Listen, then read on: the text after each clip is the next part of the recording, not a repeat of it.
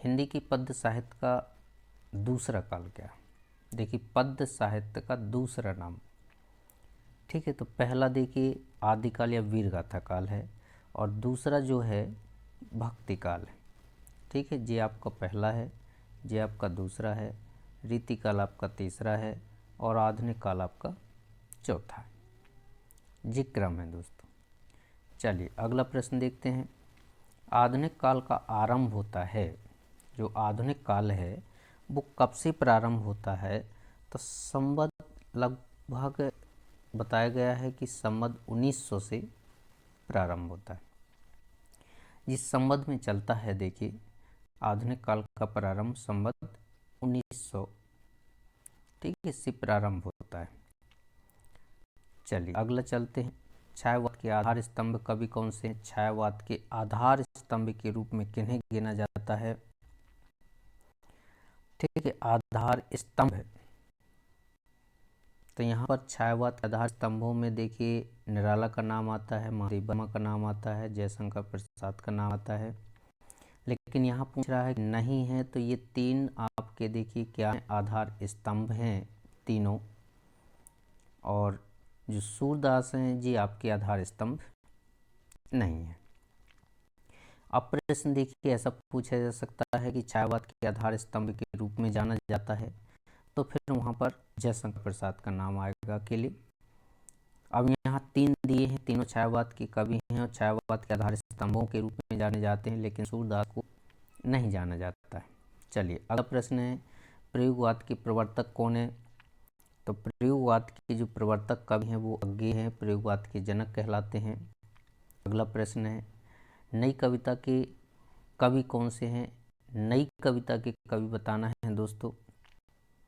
चलिए नई कविता के, तो देखिए जी आपके छायावाद के हैं, सूर्यकांत त्रिपाठी निराला कहाँ के हैं? छायावाद के हैं। महादेव वर्मा भी छायावाद के हैं। सुमित्र नंदन पंत का नाम भी छायावाद में आता है। और नई कविता के जो हैं आपके रघुवीर सहाय, ये रघुवीर सहाय आपके नई कविता के।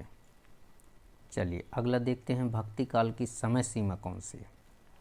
भक्ति काल की समय सीमा बताना है तो दोस्तों संवत 1375 से लेकर के जो 1700 तक का समय है ये भक्ति काल का है, और 1700 के बाद आपका रीति काल प्रारंभ हो जाता है जो 1900 तक चलता है। ठीक है, ध्यान रखना, ये आपका आदिकाल है। आदिकाल की समय सीमा है 1050 से 1375 तक। ये आपकी भक्ति काल की है, ये आपकी रीति काल की है, और ये आपकी आधुनिक काल की है। चलिए अगला है, प्रयोगवाद का प्रारंभ कब से माना जाता है? तो प्रयोगवादी जो कविता है वो प्रथम तार सप्तक के संपादन काल से मानी जाती है। पहला जो तार सप्तक है वो हुआ था प्रकाशित 1943 में। ठीक है, ध्यान रखना, तार सप्तक प्रकाशित हुआ था, इसी के प्रकाशन काल से माना जाता है। और ये 43 में पहला तार सप्तक प्रकाशित हुआ था आपका। चलिए अगला है, नंद नंदन शब्द किसके लिए प्रयोग किया है गोपियों ने? गोपियों ने जो नंद नंदन शब्द का प्रयोग किया था वो किसके लिए किया था? ठीक है, तो नंद नंदन कृष्ण के लिए है, यानी नंद बाबा के पुत्र, नंद बाबा के पुत्र नंद नंदन, अर्थात ये नंद नंदन जो शब्द है वो किसके लिए है? कृष्ण के लिए। चलिए, गोपियों को ज्ञान या योग की बातें कैसी लगती थी? फटाफट बताएं भैया कमेंट करके। तो कड़वी ककड़ी के समान, जो ज्ञान और योग की बातें थी वो कैसी लगती थी? कड़वी ककड़ी के समान लगती थी। अगला है, 10वां प्रश्न है, गोपियों ने श्री कृष्ण की तुलना किससे की है? गोपियों ने श्री कृष्ण की तुलना किससे की है? तो गोपियों के लिए श्री कृष्ण किसके समान थे भैया? हारेल की लकड़ी के समान थे। किसके समान थे? हारेल की लकड़ी के समान थे। चलिए अगला है, व्याधि शब्द का अर्थ बताना है। व्याधि शब्द का अर्थ जो यहाँ लिया गया है वो रोग से लिया गया। गोपियों ने कहा है कि उद्धव, ये व्याधि हमें कहाँ से ले आए हो तुम? चलिए, सूरदास के पद की भाषा कौन सी है, मतलब सूरदास की भाषा कौन सी है, तो सूरदास ब्रज भाषा के कवि हैं दोस्तों। अगला प्रश्न है, मर्यादा न लाही के माध्यम से मर्यादा की कौन सी बात कही गई है। तो कौन सी मर्यादा है यहाँ, समाज की है, परिवार की है, प्रेम संबंध की है, ग्राम और घर की है। मर्यादा न लाही, तो गोपियों ने प्रेम के संबंध में मर्यादा की बात कही है, ध्यान रखना है। ये प्रश्न मोस्ट है, मर्यादा, तो मर्यादा न लाही के माध्यम से मर्यादा की बात कही गई है, कौन सी, प्रेम की मर्यादा की। अगला, सूरदास के गुरु कौन थे, तो सूरदास के जो गुरु थे दोस्तों वल्लभाचार्य थे। सूरदास के गुरु का नाम क्या था, वल्लभाचार्य। सूरदास किस शिष्य थे, वल्लभाचार्य के थे, ऐसा पूछा जा सकता है। सूरदास के आराध्य देव कौन थे भैया, सूरदास कृष्ण की आराध्य थे। ठीक है, ध्यान रखना है, कृष्ण की भक्ति की थी, तुलसीदास ने राम की थी। पुरैन पात, पुरैन पात का मतलब, पात यानी पत्ता होता है, तो पुरैन पात का मतलब है कमल का पत्ता। कमल का पत्ता मतलब पुरैन पात। चलिए, अगला है, सूरदास की रचना नहीं है भैया। सूरदास की रचना कौन सी नहीं है, सुरसागर है, देखिए सुरसारावली है, साहित्य लहरी है, लेकिन विनय पत्रिका तुलसीदास की रचना दी हुई है। चलिए, परशुराम को व्यंग भरे उत्तर किसने दिए थे। परशुराम को व्यंग भरे उत्तर किसने दिए थे। चलिए, तो व्यंग भरे उत्तर परशुराम को लक्ष्मण ने दिए थे। चलिए, अगला है, शिव धनुष के टूटने पर क्रोधित हो उठे थे, कौन क्रोधित उठा था। जैसे ही शिव का धनुष टूटा तो दोस्तों कौन क्रोधित हो गया था, कौन क्रोध से जलने लगा था, ये आपको बताना है, परशुराम। ठीक है, ध्यान रखना है। परशुराम के गुरु कौन थे, तो शिव थे, ध्यान रखना है। परशुराम के गुरु राम और लक्ष्मण के गुरु कौन थे, राम और लक्ष्मण के गुरु तो विश्वामित्र थे। ठीक है, ध्यान रखना है आपको, ये पूछा जा सकता है। राम प्लस लक्ष्मण के जो गुरु थे वो कौन थे, विश्वामित्र थे। चलिए, अगला 20 नंबर का प्रश्न है, 20 नंबर का, रामचरितमानस की भाषा कौन सी है।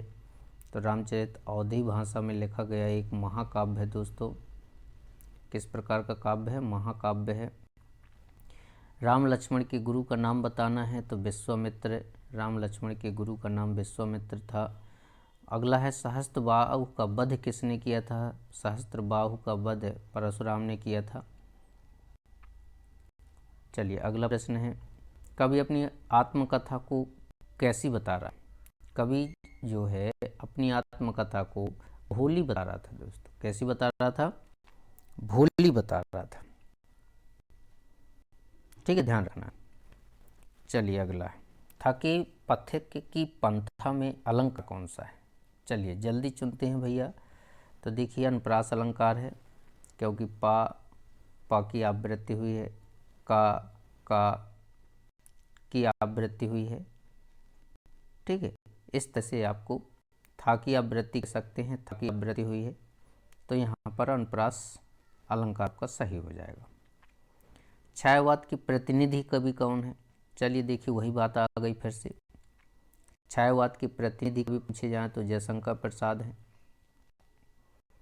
चलिए, कामायनी पर कौन सा पारितोषिक मिला था। जयशंकर प्रसाद को कामायनी रचना पर कौन सा पुरस्कार मिला था। कामायनी रचना पर पूछ रहा है, देखिए, तो कामायनी जो रचना है जयशंकर प्रसाद की, ये महाकाव्य की श्रेणी में आता है। महाकाव्य में इन्हें मंगला प्रसाद पारितोषिक मिला था। कामायनी जो आपका कहते महाकाव्य है जयशंकर प्रसाद का, इस पर कौन सा पुरस्कार, मंगला प्रसाद पुरस्कार मिला था। चलिए, अगला, जयशंकर प्रसाद का संग्रह नहीं है, संग्रह बताना है कौन सा नहीं है। तो देखिए, आकाशदीप है, आंधी है, इंद्रजाल है, लेकिन साय में जो धूप है ये दुष्यंत कुमार का गजल संग्रह है।